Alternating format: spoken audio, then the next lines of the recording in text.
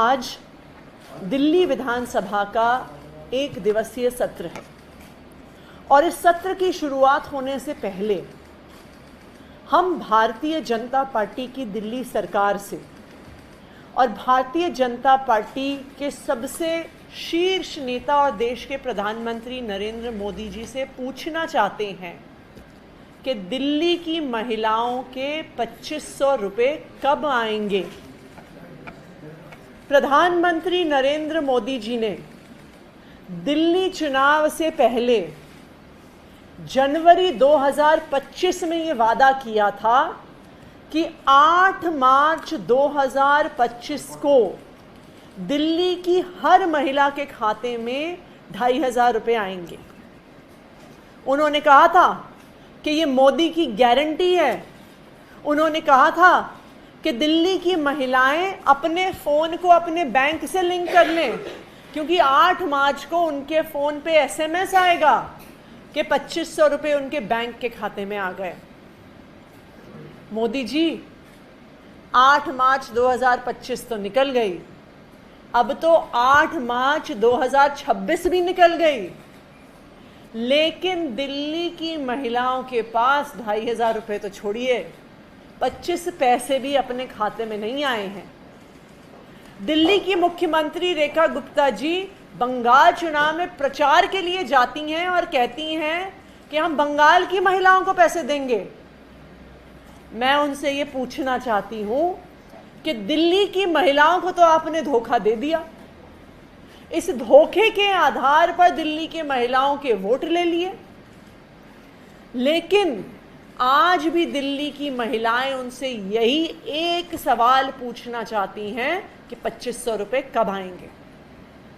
और ये तो छोड़िए, 2500 रुपये नहीं आए, उसके अलावा दिल्ली की महिलाओं को परेशान करने में बीजेपी ने कोई कसर नहीं छोड़ी।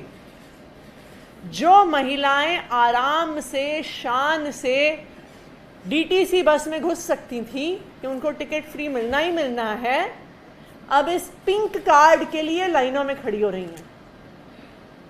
जो दिल्ली की महिलाएं मोहल्ला क्लिनिक जाकर फ्री दवाई लेती थी, फ्री इलाज करवाती थी, फ्री टेस्ट करवाती थी, आज वो दर दर भटक रही हैं कि 2500 रुपये कब आएंगे। संजीव जी। जैसा कि अभी आतिशी मैडम बता रही थी कि लगातार हम देख रहे हैं कि दिल्ली विधानसभा का उपयोग केवल भारतीय जनता पार्टी अपनी टुच्ची राजनीति के लिए कर रही है। दिल्ली के लोग, दिल्ली की महिलाएं परेशान हैं। दिल्ली की मुख्यमंत्री बंगाल जाकर चुनाव प्रचार में कहती हैं कि बंगाल की महिलाओं को पैसे मिलेंगे। पहले आपने जो प्रॉमिस किया था दिल्ली की महिलाओं को दिल्ली का हिस्सा कब मिलेगा, उस पर बातें नहीं कर रहे। एक और झूठ दिल्ली की मुख्यमंत्री बंगाल जाकर कर रही है। तो मैं पूछना चाहता हूं कि आज 1 दिवसीय सत्र में आप सब लोग वुमेन रिजर्वेशन बिल पे चर्चा करना चाह रहे हैं, लेकिन वास्तव में महिलाएं सशक्त तभी होंगी जब उनके अधिकार मिलेंगे। आपने जो वादा किया था वो वादा पूरा करेंगे, 2500 रुपये उनके देंगे। आज दिल्ली में बहुत सारी महिलाएं जिनको विडो पेंशन मिलता था, बुजुर्गों का पेंशन मिलता था, आज उनको नहीं मिल रहे हैं। ऐसे में महिला कैसे सबल होंगी। तो मुझे लगता है कि दिल्ली विधानसभा एक ऐसी जगह है जहां दिल्ली की जनता को उम्मीदें रहती हैं कि हमारे विषय पर चर्चा होगी। तो इस तरह की अपनी राजनीतिक कुंठा को पूरा करने की जगह दिल्ली विधानसभा को कम से कम भाजपा न बनाए।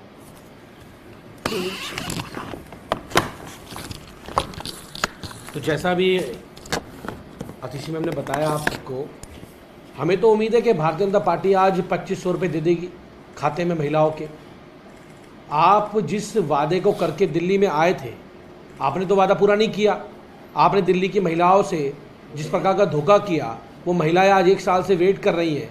हम लगातार विपक्ष में होकर मांग उठा रहे हैं कि आप 2500 रुपये जो आपने वादा किया था, हम नहीं कह रहे, आपने वादा किया था दिल्ली के लोगों से, दिल्ली की महिलाओं से आपने वादा किया था 2500 रुपये देने का, और महिलाएं उसका इंतजार कर रही हैं। अब 2500 रुपये खाते में अभी तक नहीं आए, लेकिन आप पश्चिम बंगाल जाके 3000 रुपये देने की बात करते हो, लेकिन दिल्ली में 2500 नहीं देते हो। तो हमें तो आज हम तो इनसे मांग करते हैं कि आज आप इस सत्र में जो आपने विशेष सत्र बुलाया है, इसमें बताएं कि बजट का सत्र में भी हुआ है, आप बताएं कि कब 2500 रुपये हमारी दिल्ली की महिलाओं के खाते में आएंगे। हमारी आपसे स्पष्ट रूप से यही मांग है, बस आप 2500 रुपये महिलाओं को देने का काम करें। धन्यवाद। कोई सवाल? मैम, आम आदमी पार्टी के 7 सांसदों ने पार्टी छोड़ी और बीजेपी में मर्जर का ऐलान कर दिया, उसको मंजूरी भी सभापति ने दी। इस पूरे जो घटनाक्रम पार्टी में हुआ है, इसको आप किस तरह से देख रहे हैं, क्या इस पर कहना?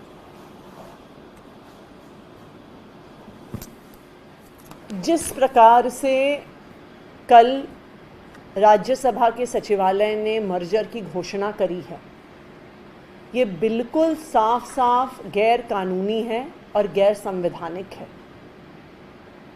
सुप्रीम कोर्ट की कॉन्स्टिट्यूशन बेंच के बिल्कुल स्पष्ट ऑर्डर्स हैं, संविधान में बिल्कुल स्पष्ट तौर पर लिखा है, और ये मुद्दा आम आदमी पार्टी के राज्यसभा सांसद संजय सिंह जी ने राज्यसभा सचिवालय को सूचित भी किया कि संविधान के अनुसार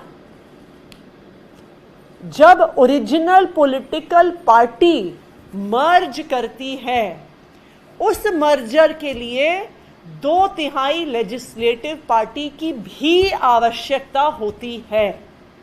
लेकिन एंटी डिफेक्शन लॉज के तहत कहीं पर भी इस देश के संविधान में प्रावधान नहीं है कि 2/3 सांसद हो गए, 2/3 विधायक हों, वो किसी दूसरी पार्टी में मर्ज कर सके। लेकिन भारतीय जनता पार्टी को क्या फर्क पड़ता है? भारतीय जनता पार्टी को तो सिर्फ साम दाम दंड भेद से इस देश के संविधान को खत्म करना है, इस देश के लोकतंत्र को खत्म करना है। आप एक तरफ देखिए, पश्चिम बंगाल में हम देख रहे हैं कि किस तरह से इलेक्शन कमीशन का दुरुपयोग पार्टी की केंद्र सरकार करती रही है। तो ये बिल्कुल साफ है कि बीजेपी का एक ही मकसद है कि हर इंस्टीट्यूशन को गलत तरीके से इस्तेमाल करके, अपनी गुंडागर्दी के लिए इस्तेमाल करके उनको लोकतंत्र को खत्म करना है। उनको कोई फर्क नहीं पड़ता कौन चुन के आया, कैसे चुन के आया, जनता ने अपना जनादेश किसको दिया, अपना वोट किसको दिया। उनको बस तोड़ फोड़ के माध्यम से, खरीद फरोख्त के माध्यम से, साम दाम दंड भेद के माध्यम से बस अपनी सरकार बनानी है और अपनी सरकार चलानी है। लेकिन मैं बीजेपी को बता दूं, मैं प्रधानमंत्री नरेंद्र मोदी जी को भी बता दूं कि दुनिया का इतिहास बताता है कि जितना ज्यादा अत्याचार करोगे उतना बुरा अंत होगा। और अब ये बिल्कुल साफ है कि बीजेपी और मोदी जी की राजनीति के अंत का समय आ गया है, इसलिए उनका अत्याचार बढ़ गया है। लेकिन इस दुनिया के इतिहास में जब जब भी किसी का अत्याचार बढ़ा है तो उस अत्याचार को खत्म करने वाला पैदा हुआ है। किरण रिजिजू ने एक इंटरव्यू में कहा है कि आम आदमी पार्टी का सिर्फ 4 लोग जो एक साथ मिलकर इलीगल एक्टिविटीज करता है, सिर्फ वो बचा रह गया है। जो लोग आम आदमी पार्टी से परेशान हो गए थे वो छोड़कर जा चुके हैं। देखिए, बीजेपी ने आम आदमी पार्टी की ऑबिचुअरी पिछले 15 साल में 15 बार लिखी होगी। अरविंद केजरीवाल की राजनीति खत्म हो गई, ये बीजेपी हर 6 महीने में ऐलान करती है। लेकिन आम आदमी पार्टी अरविंद केजरीवाल जी के नेतृत्व में देश की फास्टेस्ट ग्रोइंग नेशनल पार्टी है, जिस पार्टी ने मात्र 10 साल में दिल्ली में सरकार बनाई, 3 बार सरकार बनाई, पंजाब में पहली बार चुनाव लड़के प्रिंसिपल ऑपोजिशन में आए, दूसरी बार लैंडस्लाइड मेजॉरिटी से जीते, गुजरात में विधायक जीत के आए, गोवा में विधायक जीत के आए, जम्मू कश्मीर में हमारा एक विधायक जीत के आया, कर दिया है। इसलिए बीजेपी में और भी सुगबुगाहट हो रही है। क्या पूरे देश ने देख लिया कि किस तरह अरविंद केजरीवाल के खिलाफ साजिश हुई, किस तरह झूठे आरोप लगाए गए, किस तरीके से गलत तरीके से उनको मनीष सिसोदिया, संजय सिंह, विजय नायर को जेल में रखा गया।